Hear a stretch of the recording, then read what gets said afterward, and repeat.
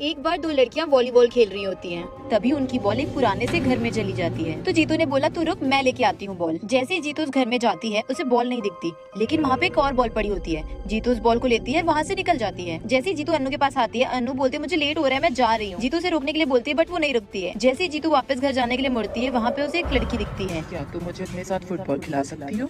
तो जीतू बोलती है नहीं, मैं तुम्हें नहीं जानती हूँ, और वहाँ से जाने लगती है। मेरी बॉल तो देते जाओ।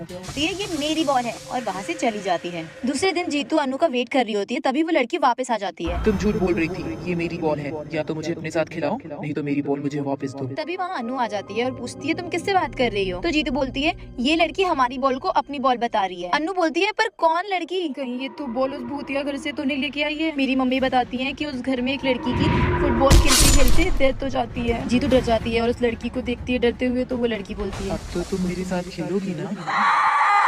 एक बार एक लड़की ऑफिस से घर जा रही होती है, तो वो देखती है कि कुछ लोग अपना घर खाली कर रहे होते हैं। तो वो वहाँ पहुँच जाती है और पूछती है ये सब क्या हो रहा है? तो वो लड़का बोलता है कि मैं इस घर को छोड़ के जा रहा हूँ, तो ये कुछ सामान मैंने बेचने के लिए बाहर निकाले हैं। तो उस लड़की को वहाँ रखी एक चेयर पसंद आ जाती है। तो वो पूछती है क्या मैं इसे खरीद सकती हूँ? हाँ जरूर। फिर वो लड़की उस चेयर को लेकर अपने घर आ जाती है। जैसे वो चेंज करने के लिए अपने रूम में जाती है, वो चेयर अचानक से हिलने लगती है। और फिर वो लड़की जब उस रूम से वापस आती है तो वो ये देख के शॉक्ड हो जाती है। फिर वो सोचती है क्या पता हवा से हिलाओ, ये मेरा वहम होगा पक्का। और जैसे ही वो उस चेयर पे बैठती है, उसे लगता है उसका कोई गला दबा रहा है पीछे से। वो तड़पने लगती है और कैसे कैसे तो वो चेयर से नीचे गिर जाती है और वहाँ से भागते हुए उस घर के पास जाती है जहाँ से उसने वो चेयर लिया था। फिर वो देखती है वहाँ पे तो ताला लगा हुआ है। वो घबरा जाती है। तभी उसके शोल्डर पे किसी का हाथ आता है, वो और डर जाती है। फिर जब वो पीछे मुड़ के देखती है तो वहाँ पे एक औरत खड़ी होती है और वो बोलती है ये जो सब कुछ तुम्हारे साथ हो रहा है वो उस चेयर की वजह से हो रहा है। ये घर एक अनाथ लड़की का था। फिर वो एक लड़के से शादी कर लेती है, बट उस लड़की की नजर उसकी प्रॉपर्टी पे होती है। और जैसे ही वो लड़का उसे शादी करके घर लाता है, उसे उसी चेयर पे बैठाता है और पीछे से उसका गला दबा के उसे मार देता है। फिर लड़की बहुत सोचती है और उससे पूछती है पर ये सब आपको कैसे पता? तो फिर वो औरत बोलती है कि वो लड़की मैं ही हूँ।